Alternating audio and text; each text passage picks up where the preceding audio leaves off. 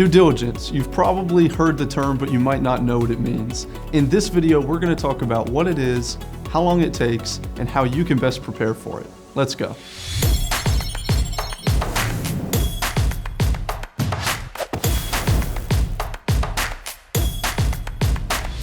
Hey guys, this is Jeff from MidStreet.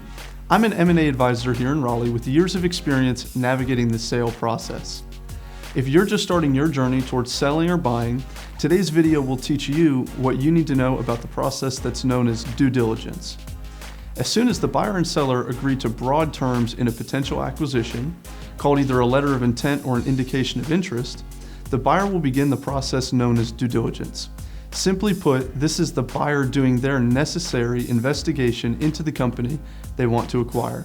This means digging into all aspects of the business's operational, legal, and financial history to make an informed decision. Typically, this means analyzing the financials to make sure the performance is as advertised. This might include looking at tax returns, profit and loss statements, balance sheets, and sometimes the general ledger.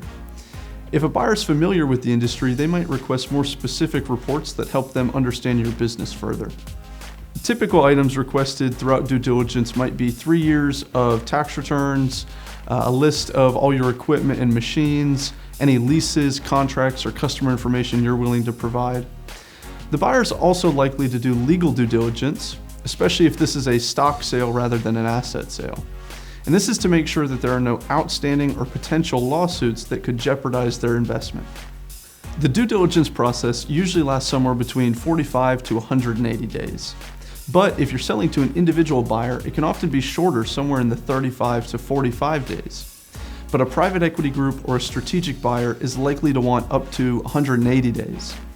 The first step in the due diligence process is for the buyer to provide the seller and their team with a list of requests. We've seen due diligence lists with as few as 20 items and some with as many as 300. It really depends on the size of the deal, the buyer and their sophistication, and what you agree to up front. But in most cases, a stock sale will have more due diligence than an asset sale. Strategic buyers and private equity groups will often have a quality of earnings report that's done by an outside accounting firm that will dive deep into the numbers to understand if the performance might be skewed for any reason. Think unusual one-time revenue or expenses that weren't in other years. If you're a buyer and considering using a due diligence list off the internet, and this is pretty common, I would strongly recommend against it.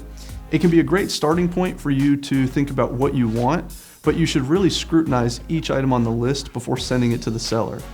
Oftentimes these lists are very long and really general. You're going to want to request items that help you understand your concerns evaluating this investment, but don't take up too much of the seller's time at this stage. You want to keep the seller focused on running the business, so when you step in on the closing date, it's exactly as it was presented in the financials. So there you have it. I hope this information was helpful, and if you have any questions, feel free to reach out. I'm happy to help.